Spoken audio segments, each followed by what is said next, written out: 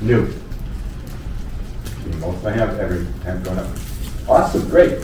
So you understand that even though we have a problem, it's a different kind of thinking that's going to resolve that problem. The same kind of thinking that created the problem will never, ever get us out of the problem. We have to think differently, put on our thinking caps, and leverage other resources and talk to them properly. So, the next guest speaker is a friend of mine, and I've known him for over 17 years. Right, Bob? Yeah, over 17 years. And it's been a very fortunate relationship, and I've known him, actually him and his wife, for over 17 years. And I like networking, and that's what this is all about. Networking with people that have great visions, right? It's like, Rod and Derek, we're here to present their ideas. And now, so again, remember what I told you about the baseline? By the way, have been people thinking about what their baseline is? Do you give yourself an idea? What's your baseline in terms of what return on investment does your investment have to make per year for it to meet your lifestyle? I'd just like to hear some answers from the room. What percentage return per year does your investment have to make to meet your personal baseline? Go ahead, Subhash. 15%. 15%. Okay. Sounds good. Okay. And the reason it's 15% for you, Subhash? I'm just curious. What is it? Because I have heard that our friend Bill Dose can do that. Oh, okay. But how about if you go down to like CIBC? CIBC, I have the mortgage at 1.54%, which was 3 years ago, and using that. Borrowing the money, yeah. Yeah. Good. But I'm talking about CIBC paying you more. Oh, if they pay 1%, that's. Yeah, that's right. How many people know banks that will pay you more than say 8% per year? No banks. No. You know why? Because they don't. Right? Okay, they don't. Okay. So So how many people other people have a baseline? I'm just curious. What's your baseline for your investment per year? How many people, are you satisfied with 0? How many people aren't satisfied with 1%? Okay. Then what does it have to be to meet your personal lifestyle dreams? 10%. 10%? Okay. Just being realistic. Okay, 10%. Okay. But 10% is awesome compared to 0%. It's true. And compared to even the high interest rate 1% at the banks, that's still 10 times faster, okay, than otherwise. Because now you got your thinking cap on. I like the fact that you got your mind cap on today. Nice. Okay. So, and guess what? You can get to Hawaii faster when your returns are making 10% versus 1%, right? Correct. Awesome. Great smile. Okay, so this is what we have to do. So now think about it. Besides the rate of return, what else is important to you in terms of the investment? What other things? Go ahead, Suman. Guaranteed. Guaranteed. You want it all, don't you? Sure. Why not? There's a song by ABBA called "The Winner Take It All," right? The winner takes it all, right? So, yes, the thing is, what I'm here to present and introduce you to are to opportunities that are not Googleable, ungoogleable, right? Why do I say that? I say that because guess what? The internet is full of data. There's a lot of bad information data. There's good information, bad information. But think about it. You could become a nuclear physicist by going to the internet and extracting the right information. If you knew how to do that, you could become a nuclear physicist. You could become anything you wanted to. But let's say you're being a cardiologist. Okay. However, if you said to somebody, "Hey, guess what? I'm gonna I know you might need a new heart. Guess what? I'll practice on you. Okay? Okay? Even if your best friend said, I'll practice on you. Okay? And to get you a new heart. I've never done it live on anybody before, but I learned all about it on the internet. How many of you would be willing to even have your best friend give you heart surgery? Not seeing one hand go up. That tells me, keep that in mind, because just because you saw it on the internet doesn't mean it's true. Doesn't mean it's real. But most people, or I call it fake news. Okay? Why? Because they heard it on the internet. They saw it on TV. They heard it on a radio show. So guess what? It's got to be real. No, it's not. Always check it out. Always check it out. So always do your due diligence. That's I'm going to say always, never, ever short circuit that step. Always do your due diligence. So I'm glad to be able to offer you opportunities. And by the way, just so you know, I get so many opportunities just showered, literally showered to me on a monthly basis. I can't even keep up and down. So how many opportunities come to me. And the first baseline that I use, and I'm sharing some of my secrets of success with you, is I use my baseline approach. What's the rate of return on this potential investment? Does it meet my baseline?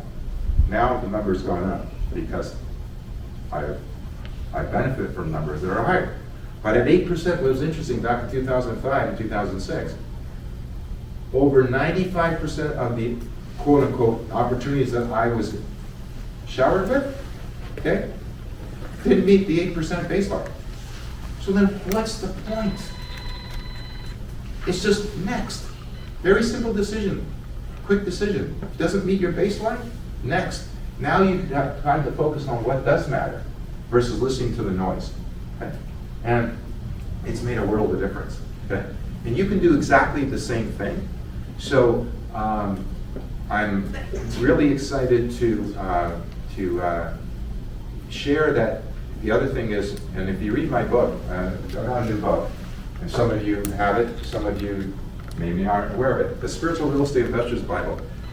The underlying theme in that whole book is this. It's the concept of sharing. Okay? Because with sharing through others, the success, the rippling effect of the success expands. There is no limit. But if you hoard it, like everything else, you will hit a ceiling really quick. Okay?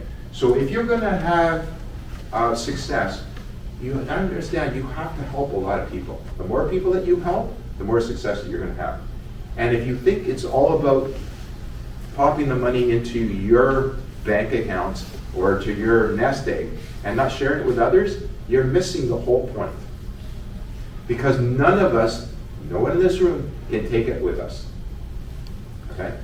You're doing this for others. You're doing it for your family. You're doing it for causes that you believe in. You're doing it to make a difference. We are all put on this planet for a reason. And it's not to be selfish. Okay? So I'm sharing with you what I've learned from the best people and the best ideas that will help accelerate your lifestyle and your freedom. That's the goal. And I want you to continue to share with others that you care about and others that you come in contact with, because by enlightening them, then the momentum will be created. Like Rod touched upon, the housing affordability crisis. Okay. How many people are willing to do that? Awesome. Appreciate that. So, I'd like to introduce my great friend, Bill. Dose, come on up.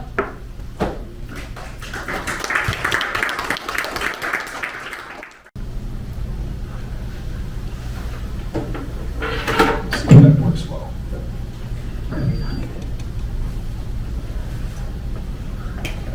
My Toyota Corolla broke down again and needed a repair. You know, for a car that was meant to be reliable, this thing was anything but. But hey, I was 21 years old and I realized something really acutely.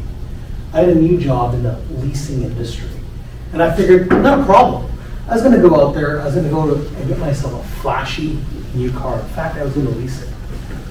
So I went out to the dealership and I sat down with the leasing manager. And I said, you know what, I want a new car, can you lease me this one? And he goes, yeah, no problem. We did the application. And then came back about 5 minutes later. And he gave me that look. Now, you know the look, right? The one that says everything and nothing all at once. Yeah, that was declined. And I went, okay, well, I'm 21, not a big deal. I'll go on over and I'm just gonna speak to the used car manager because we all know that it's the used car guy.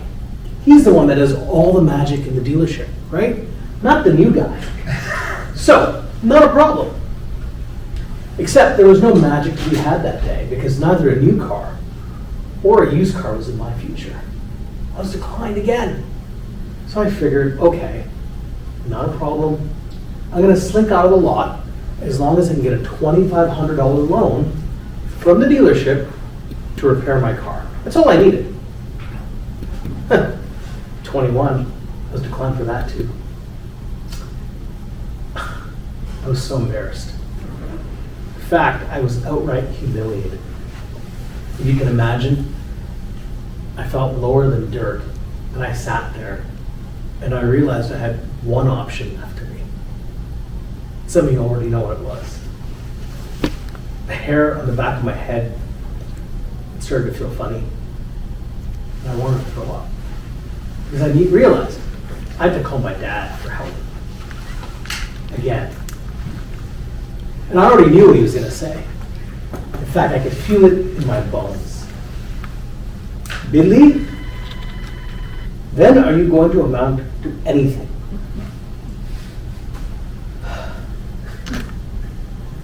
didn't want to hear it. Part of me in my soul felt he was right, but I refused to believe it. And right then and there, I determined myself I was going to change my life. I was not going to live that future. And so right then and there, I actually made a pivot in my life. And I was determined to become an expert in this field called credit. And so I started studying like a madman. I started taking courses. I started going to seminars. Eventually, I started writing articles. I started writing and giving talks. And eventually, many, many, many years later, I wrote a book that's at the back of the room, so that people like you would never have to live the story that I lived out 25 years ago. Now, my name is Bill Dost.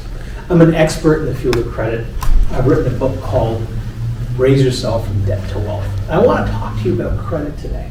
I want to tell you about the importance of why you need to have good credit. But beyond that, I want to tell you why credit enhances your life. Then I'm going to tell you some strategies about what D&D Finance does and why I'm here today. Okay, makes sense? D&D Finance itself was started by me and my brother 23 years ago after I'd spent a number of years in the credit industry and lending. But that doesn't really matter until you understand why you need to have good credit. You see, bad credit is an exclusionatory thing. When you have bad credit, you're actually excluded from a proper life. Now, credit itself was originally started to give you a bet. That's what the company was doing. They were betting on your ability to repay a debt. That was the idea. Today, it's like that saying in Jerry Maguire. I don't know if you remember the movie, but Renee Zellweger sitting in the back. And she says, you know, first class used to just mean it's a better meal. Today, it denotes a better life. That's what good credit is, unfortunately. You know, good credit today means you can live in a good neighborhood. Living in a good neighborhood means that your kids can actually go to a good school. Your kids going to a good school means they have access to good after-school programs. They have access to teachers who will actually work with them because they're motivated to work with them and ensure that they can get good grades. Your kids getting good grades, well, that means they can go to a good school in the future. But not just that. Living in a good neighborhood means that you actually have access to good grocery stores. That actually, they did this, a study in this a number of years ago. Good grocery stores at good prices that actually have produce that's healthy and hasn't been end-of-the-run produce. And it actually means that fast food is actually further away from you. Living in a good neighborhood actually means you have good access to transport links into major cities, meaning you spend less time transporting into work and more time with your family. All because you had good credit. Does that actually seem fair? That a number, arbitrary number to some people, can actually determine your future and your kids' future? So I was talking with a lady named Sally. And Sally came to me because she had 2 young boys. And she was living in a downtrodden neighborhood. And unfortunately, she had bad credit. Not really her fault as well. She was left on her own with these 2 young boys. And she said, Bill, I'm at the end of my rope. Can you help me? I'm stuck. And I said, Sally, sure I can. And we looked at her, we looked at her finances, and we taught her our first principle, which is in my book, by the way. When you get it, it's at the back of the room. We taught her the principle of maximum use. And it's a very, very simple and easily missed principle when you're dealing with your own credit. And the principle of maximum use basically says this. When people are typically under pressure at home, they typically use multiple credit cards, debit cards, in all kinds of different ways. Choose one credit card and put all your funds on that credit card at once. And then use that one credit card to pay all your bills. And you do that for one reason. Not to make the credit card company rich, by the way. It's so you can, first of all, audit your payments, everything you're doing. Secondly, so you can build a history with that one credit card company. So they build a trend analysis on you. And they build an internal score to say, we actually like Harrison. We believe in Subash. We trust him. But more importantly, they turn around and they actually give you a bump in their credit rating back to the credit company. When that happens to the credit bureau, they go, oh, you're actually trustable. We like you. And your credit rating slowly goes up. Now, obviously, we taught Sally a number of other principles, but the principle of maximum use is so important. It'll have the first and most influential hit to your credit bureau because it's kind of like digging out a foundation when you want to build a home. You have to get good at the principal things first. And that's what the principle of maximum use is. Use one card in a maximum way. And if you want bonus points with this, you actually keep a notebook in your back pocket, and every spending that you do, you write it out. And let me promise you this, all that frivolous spending that you do, that extra drink, that pack of gum, that Coca-Cola, well, let me tell you, when it's harder and takes you longer to make the write-out than it is to actually spend on it, those purchases go away, and you actually start to save a little bit of money. Now, that's the principle of maximum use. The second thing I want to tell you is what I taught Derek. He was a young military man that came out of the military because he found out that he hit the ceiling.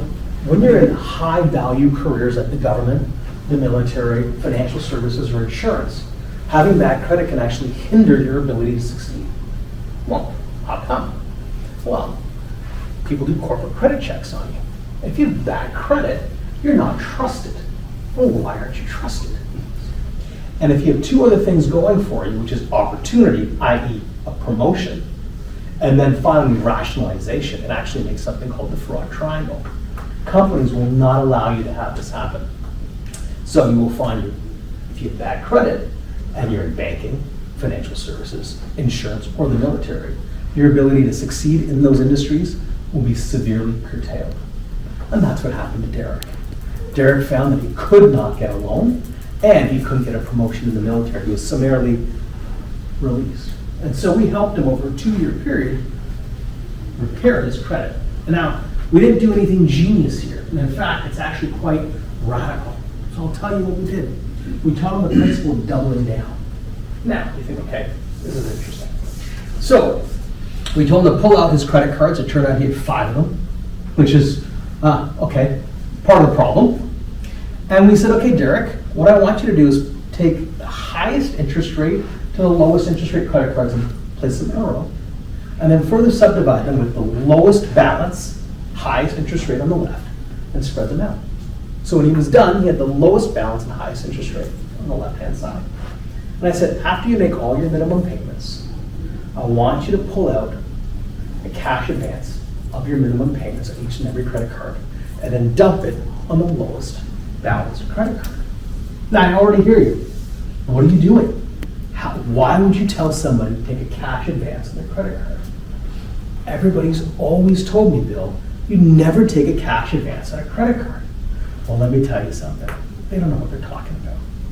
If you watch how your credit cards now give you a little statement in the black box today, they tell you if you only do a minimum payment on your credit card, at the very least, it'll take you about 57 years to pay your credit cards off. You'll never pay your credit cards off with your minimum balance payment. But I'm going to teach you how to pay them off right now. You pay those minimum payments on, you take them back off, and you dump it on the lowest balance card. That amount that you put on that credit card will go from this much to this much, and you will slowly squeeze that credit card off. You then make that double down credit card your maximum use credit card. So you're using it and showing that trend analysis. And you do this for two reasons. Number one, yeah, you do pay about 2% more on those minimum balances on those credit cards you pull the cash advance on. Think of it as a tax. However, this credit card here that you're whacking, as you reduce it below 75% and below 35%, it is a massive increase on your credit bureau as far as paying it off. Also, again, the credit card company starts to love you because they see that you're spending on it and reducing it quickly. And this is what we did for Derek. In a period of 2 years, he paid off all 4 of those credit cards because he was able to double down on them very, very quickly. And as he paid off those credit cards, he didn't just say, well, that's extra cash in my pocket. He took that money and then started applying it to the next credit card and the next credit card. Basically, he saved a whole bunch of tax that he was giving to the banks and use it for himself. So that's the principle of doubling down. In essence, what you're able to do is to speed up paying down your credit cards. Now, that's great. I've taught you how to maximum use and create a trend analysis with your credit card company to improve your credit rating. I've taught you how to save some money, but what does that really do?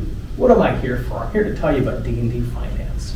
So I've given you a little bit of our techniques that we do, that we teach our clients when they come to us. But what we actually do is as a finance company, we lend to businesses like this. And in fact, everything you see in this room, our company, our finance company can finance. Every business you've actually passed on the way to get here, we finance.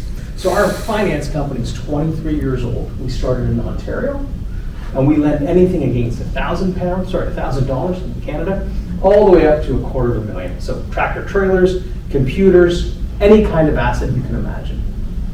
23 years ago, we started here, and about 15 years ago, we expanded to the United Kingdom on one simple premise. The idea that small and medium enterprise was simply not being serviced by the bigger banks. In fact, small and medium enterprises have never been serviced by the bigger banks. That's where we came in. And companies like ours have thrived in this market because the banks don't want to take any risk. And what we found is that people love dealing with companies that actually want to get business done. As we grew through 2008 and 2012, all the way to 2003, we actually came up with a system of lending that protected our purchases. And there's 3 things that we do to protect our purchases. And we do that because we borrow money from banks, from high net worth individuals, from family offices, and from hedge funds. And they insist that we have a no loss policy.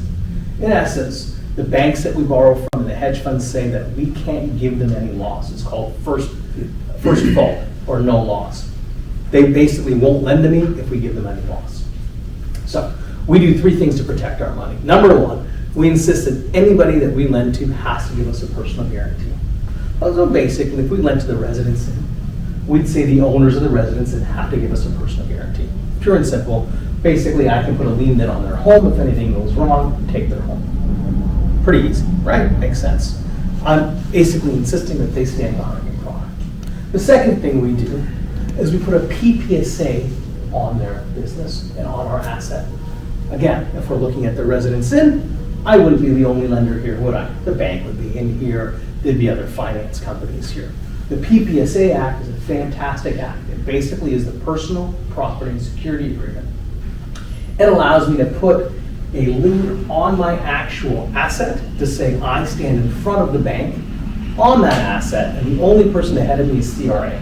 Because quite frankly, nobody gets to stand in front of the government. It's just physically impossible. However, I come a close second, and I get to stand in front of the bank to protect my asset. Again, if anything goes wrong, I step in, I show my piece of paper, I show that it's registered, and the trustee can't stop me from getting my asset. Whether it's a tractor trailer, a crane, or, God forbid, a piece of furniture, which is worthless. You know, but at the end of the day, we get our assets out. And the third thing we do is we ensure that there's always skin in the game in the asset. So if it's a $100,000 lend or a $10,000 lend, we don't actually give them all the money that they want. So we make them put in 25% of what they want to borrow against. So this concept of skin in the game is very, very important. If you've ever been to the bank and you say, I want to borrow $100,000 for a car, and they give you all the money for the car, well, that's because the bank really trusts you. And the bank is pretty dumb, not against you, but in general, the bank is just putting out all that exposure. We don't do that. We ensure that you have some sort of skin in the game. Otherwise, you can give the keys back and walk away. Who's at loss there, right? The moment you drive that car off the lot, it's dropped in value by 30%. So we ensure that there's always, always, always some sort of skin in the game. I see people pointing at each other back there, so we always ensure that there's some sort of skin in the game. It was about your reference to the new car lot, as soon as you drive it off the lot. Oh, no worries. There's some eyes with it. You know. So in doing that, Some people are guilty of doing that in this room. no worries. So what happens is that as time went on, and in 2008, we realized something, is that there was never going to be enough money for us in the marketplace. We're not an independent bank. So we expanded who we borrowed from, including hedge funds, family offices, and high net worth individuals. My competitors did not. And so when the credit crisis happened, they found themselves without funding lines. Insurance companies and banks tightened their credits, and they were out of funding. And so I had the opportunity to pick up what we call portfolios. But not just picking up their entire portfolio, that would be foolish, wouldn't it? I'd pick up some really, really bad deals. So we said, hey, if they hit my 3 lines, my 3 mitigating factors, this is going to be pretty good. So we went through and we cherry-picked their portfolios. Is there personal guarantee? Is there PPSA? Can I put skin in the game? And the way we put skin in the game is we said, okay, if you have $1 million in assets that you want us to buy, and your contract terms are 3 to 5 years, I'm simply going to give you a discount of 20 to 25%. And these guys loved it, because what ended up happening is that they got the money today. And they said, I'm okay with that. I'm going to make a little bit less profit, but at least I stay in business and I can go and do it again. And I can go and do it again. And I know you're going to buy from me. My job then was to go to my banks, my investors, my hedge funds, who said, yeah, this works for us because we'll continue to give you money. And then my hedge fund said to me, however, for every dollar you raise, you have to match it with one of your own dollars. Because what happened in 2008, if anybody remembers, all the banks were over leveraged. Really fancy term to mean they just didn't have enough money in their hands, right? They basically sent all the money out and they weren't using enough of their own money. So they made sure that there was a blocker in there. So for every dollar I put out or borrow, I have to have a dollar of my own money in. Pretty simple. Now, to give you a quick rundown, 23 years in business with the exception of 2 years, we collect 96 cents on every dollar that we lend out before interest is included. So that gives you some quick metrics on who we are and what we do. Now, without spending hours and hours, I know some of you sat through a few Zoom meetings with me, so I won't give you all the details. You can ask some questions if you need to.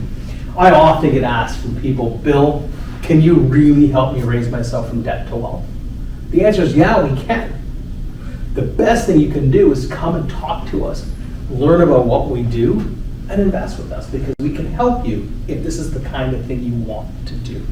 And there's 2 ways you can do that. Number 1, we have our registered plan. We offer 12.5% on that. And it's the same kind of registered investments that you're using. RSPs, TFSAs, and everything with the exception of RESPs. The second thing we do is non-registered, which is the only cash flowing plan that we offer. It's a 2-year plan. It is 2 years of interest only payments, and then the principal comes back to you, and that's at 15%. But I noticed that you're all here today, you're all keen, and you all want to know something about investments. So I wanted to offer something a little bit extra to everybody today. So what we're doing is for anybody that's actually interested, that actually wants to participate, I brought our KYC forms here. If you want, you can pick those up, and for anybody that can actually conclude a transaction by Wednesday, and I know that's fast, but if people can do that, we'll offer a 1% bump on either one of those transactions for anybody that can do that. And if you can't, that's okay. You know, all the other terms and conditions still sit. But for those people that want to do that, we can do that. But hey, that's not all, because I'm a bit of a salesman and I like to sell. What we'll also do is for anybody that does a registered plan and concludes by Wednesday, we'll also pick up your fees, which is $235. So for somebody that does the registered plan, for example, for 10 years at like an average rate of $50,000, that's $5,500 in your pants, in your pockets. That's not in the government's pocket. That's not in the bank's pocket. And that's just our way of helping you gain wealth. Now, I'll be honest with you, a lot of my clients pay me over $1,000 an hour to sit down and walk them through a lot of this stuff. I've done this here free because I believe in people that want to learn. It's going to come out on a Saturday morning when the sun is shining. It's supposed to be like 30 degrees today. So I wanted to invest that in the people who wanted to invest that in themselves. So I want you to picture a day where you think, I'm not just going to live in my perfect life, I'm going to get to my perfect life. I know I'm going to be there. I want you to picture a day where I'm not just talking to my spouse about being in my perfect home, but Sebastian, I'm going, I'm there, I'm in that perfect home that I've always wanted to be in.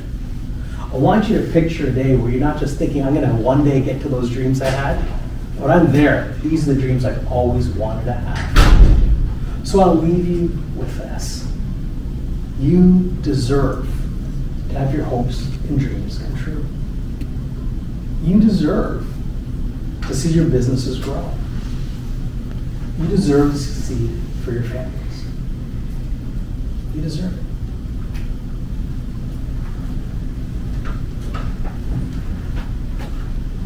Thank you, Peter.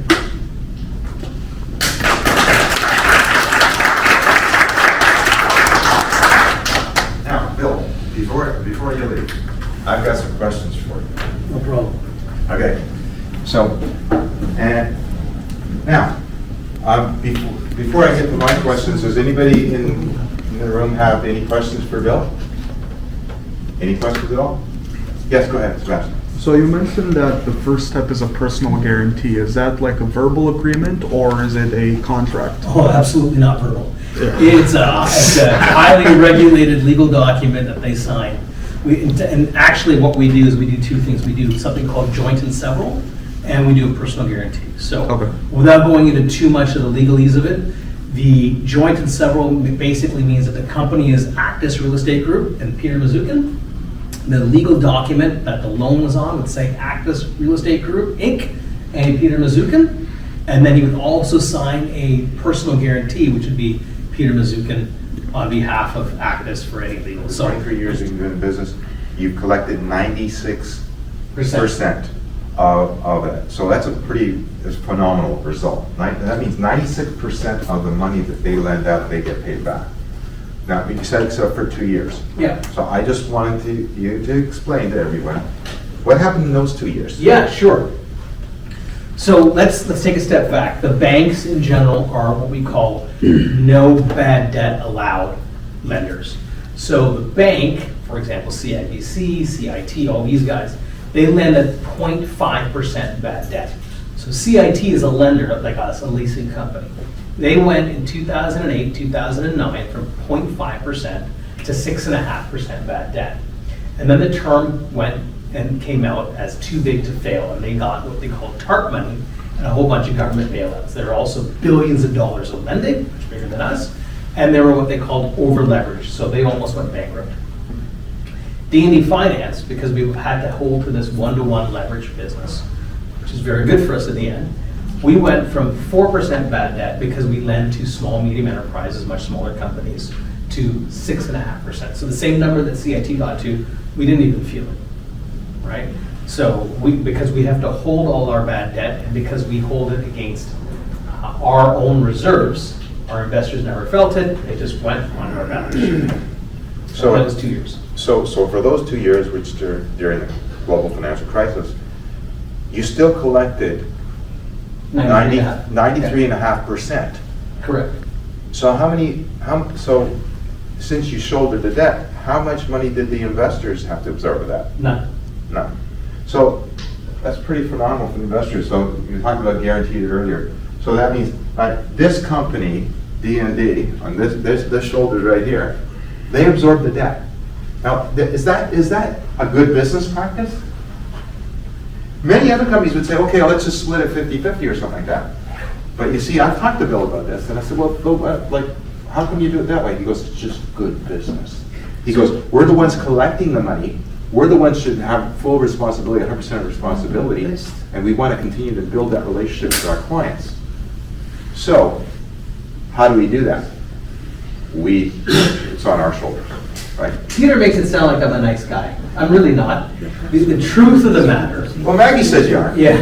That's his wife. The truth of the matter is also our hedge funds and our institutional investors, the banks and the insurance companies, they would not lend us money if any of our investors took a hit. That's a fact. So as much as it's nice to say and make a story on it, the hedge funds won't accept a loss, period. And they audit our accounts. So if I said, well, I have to share it with Kerrison, or I have to share it with Subhash, that would come out in our accounts, and they would stop lending us money. That's a fact. So I don't get to keep their money if I make any of you lose. So that's one thing. Yeah, but the point is, he isn't nice. Yeah. He is a nice guy. Nice by design, I suppose. Nice by design, yeah. But that being said, I like the principle because it's good. It just makes good business sense. Because here's the thing: is, when you think about it, if the business is running it and if they have a loss, and if you're sharing it like 50-50, like more 50-50 joint venture relationships, is like you're sharing that relationship 50-50. So if you make a profit, you share 50-50, but your losses, you also share 50-50. That's the way most joint ventures work. This one's different. And the reason why I brought Bill to you is because of several reasons. Number one, because I've known Bill for over 17 years. I'm an investor with Bill multiple times, okay? I'm delighted with, obviously, the predictability, the great rates of return, and the fact that it's great sleep money. It's just great sleep money. You know, like, I don't have to trade my time to get paid for it. And then, interesting enough, it actually happened to me recently. I'm looking at these credits in my account. My account's going up. I go, how come my account's going up? What's this? You know? And it comes in electronically. That's another nice thing. It's not like, oh, the check's lost in the mail. Nothing like that. It's done electronically. And I go, how come that? And I look at that account and go, how come that money's going up? I don't like to keep a lot of money in that account. But when you're getting credits put into the account, it's nice that it's going north instead of going blacker versus getting red. So then I go, what's this code thing? And I remember, and I go, I did the cross-reference. I go, oh yeah, that numbered company, that's D&D Finance. Oh yeah, thanks. Thanks, Bill. Okay, so it's sweet, and it's predictable, and it's always there. So it's nice. So it pays for a few things, you know, like things that I like, right? So anyway, and it's going to pay for things that you like. And the beautiful thing is now you're like a bank. Because now you're participating, like we're partners with Bill, and Bill operates like the bank, and again, they do all the collections stuff. You got a Cracker Jack team. Yeah, we have a team. How many people do you have in your team? So globally, we're 18 people. 18 people, okay. And then obviously, to get those kind of results, they must be highly competent. Yes or yes? Yes. My previous perception was of the leasing business, oh, there's going to be big losses and stuff like that. That's because I didn't know what I didn't know. And remember, I'm going to give you another example of how I'm a slow learner, okay? Because Bill is a client of mine. I helped him sell and buy way back 17 years ago, right? Okay. And then Bill offered me the opportunity, his opportunity to invest. He only dealt with the credit investors, but over 10 years ago now. Remember, we went to Swiss Chalet, and I asked Bill how business was, and he started telling me about it, and he said, would you like to learn more about it? And I said, no, Bill, it's not going to do with real estate. I was just singularly focused just on real estate. That what I did is I missed out on the opportunity then, okay? I said, no, I'm all just real estate. It's not real estate, I'm not interested, right? And Bill never asked me again until last year. But I didn't ask you last year. No. I asked him. Okay. Why? Because I was selling one of Bill's investment properties. Okay. And then Bill seemed to be in a rush, and I said, well, where are you going? He goes, well, one of my investors had a life event, so I'm going to go back to my investor network to fill in that capital. I said, well, before you do that, tell me about the opportunity. Why? Because for the last, since the global financial crisis, since the pandemic, I've been changing my perspective on real estate, because one thing I wanted to disclose here is that when you go north of 50, your priorities change. Before 50, you have different priorities. But every phase of life, we change. So real estate is great for building capital appreciation, but real estate, generally speaking, does not have good cash flow. When Robert Kiyosaki said, your house is not an asset, every single house that doesn't have any income coming in, I'm not talking about your income, I'm talking about somebody else's income to pay it, it's a liability in the sense that it's bleeding cash flow. Okay? The perfect house, my definition of the perfect house, is a house that property taxes would be better than zero. How better than zero? The municipality would be so gracious that you're living there that they'll pay you what the property taxes should be on your house per year, just because you're living there. Play the same thing with the utilities companies. Okay? Now, I haven't found any perfect houses like that, but if you find one, I'll buy it. Okay? For $1 more than what you're willing to pay. Okay. So, the point is that if we change our perspective and opening up our minds like I did with Bill that day, I said, someone told me about the opportunity. I said, well, it's a guaranteed return. I don't have to think about it. And now the credit investors was $200,000 back then. But I said, Bill, you know what? I'm in myself, but I want to help more people, because cash flow is more important to me now, okay, on a monthly basis. Because what do we have monthly? Every single one of us in the room, every single one of us on planet Earth, what do we need to do every month? We need to eat, right? And we need to drink. I'm not talking about alcohol. Okay. And we need energy. We need heat. We need air conditioning, right? Like, we need this to survive, okay? And many of us have credit cards. Now, I'm suggesting taking Bill's, Bill's economic background, that yeah, we should make more than our minimum payments. I'm one of those people that they'll draw down when you think about it, is always the full payment always made. I carry 0 balances on my credit card. I learned that lesson a long time ago. And yeah, I had to have that call with my father when I bought my first house, my first condominium, it was the first property, okay? And sheepishly, I didn't have enough for the deposit in my account. I didn't want to ask my dad for the deposit. I just I coiled up. But I made the call and I said, Dad, I need $5,000. No problem, he said. I went, what? You know? Because I hadn't asked him anything for years, right? But he finally, he turned to me and gave me great advice.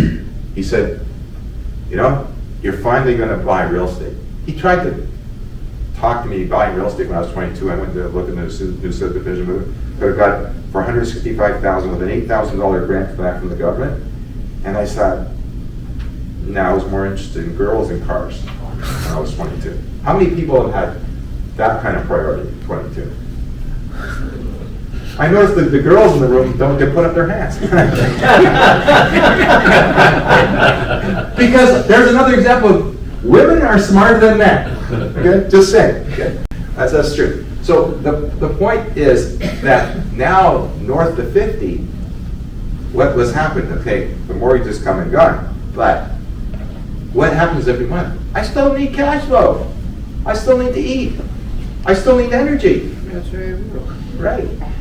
And so what happens is what I'm saying is, it's nice to have some of your assets, okay, giving you a return. It's not supposed to be stockpiles. It doesn't go under your pillow. It earns nothing. It doesn't grow. And if it doesn't grow, it's a sin. Even the Bible talks about that. Remember the story in the Bible about the talents and the three slaves that went out and supposed to invest it? Two of them invested it, got a profit. But what did the third slave do? Does anyone remember what the third slave did? He buried it. He buried it. And what rate of return is it when you bury your asset? What was your return on investment? What do you get? Zero. Zero doesn't grow. Okay. So I've taken some of my assets and I've given them over to D&D, and now they're growing. Okay. So, and I've also reallocated some assets because I out of real estate that wasn't producing a healthy cash flow. And break even is, it's okay, but it's still not growing. And what happens when the real estate market took a shift, which it did, okay, over the past, year or so? It dropped, like in some neighborhoods, like 25%. Okay.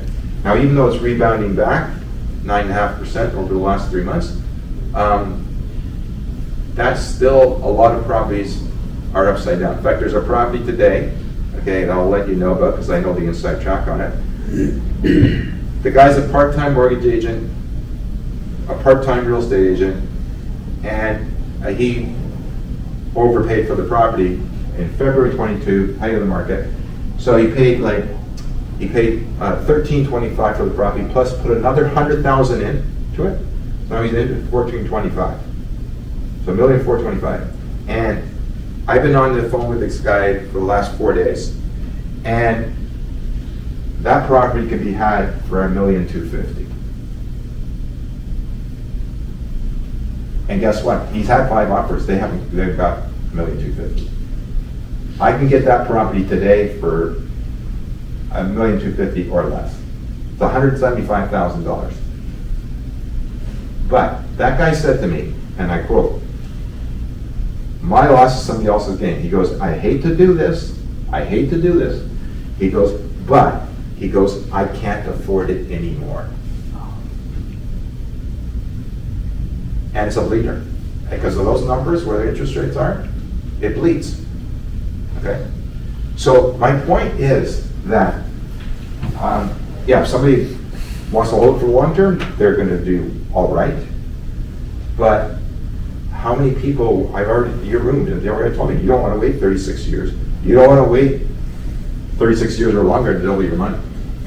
So, if you can get a baseline of 8% or more, and Bill gave you the numbers, and they're far, far higher than 8%, they're far, far higher than 10%. And understand, what do you do with that money? Now, you're not going to take all that money on your return on investment. I'm just going to give you some guidance here. Don't use it all and spend it on something frivolously. Utilize some of it to have your lifestyle, yes, but continue to have it grow.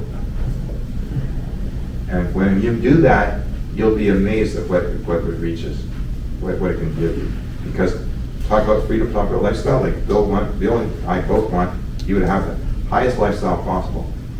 But parking your assets, not waking them up, is a detriment to you, your family, and causes you to leave them. Does that make sense? Okay, awesome. So, any other questions before we wrap up and go? Okay, so I just wanted to thank you. Yeah. If you think you're not already invested in what we do, who has, just by show of hands, who has a bank account at Royal Bank, CIBC, TD? Anyone? Okay. You're already invested in leasing, because they all own leasing companies. Just so you're aware. And just going further, those banks that you mentioned, who's making those profits with your money? Bank. The bank is, yeah. How happy are you about that? So the bank does two things, right? They invest in their own leasing company, and then they invest in companies like mine as well, because they don't double it. The second thing is that the rule of 72 with us is 4.8 years. So Yeah. just so you're aware. That's right. But I hear 50%. Yeah. Yeah, I know. I'm well aware of that. Yeah.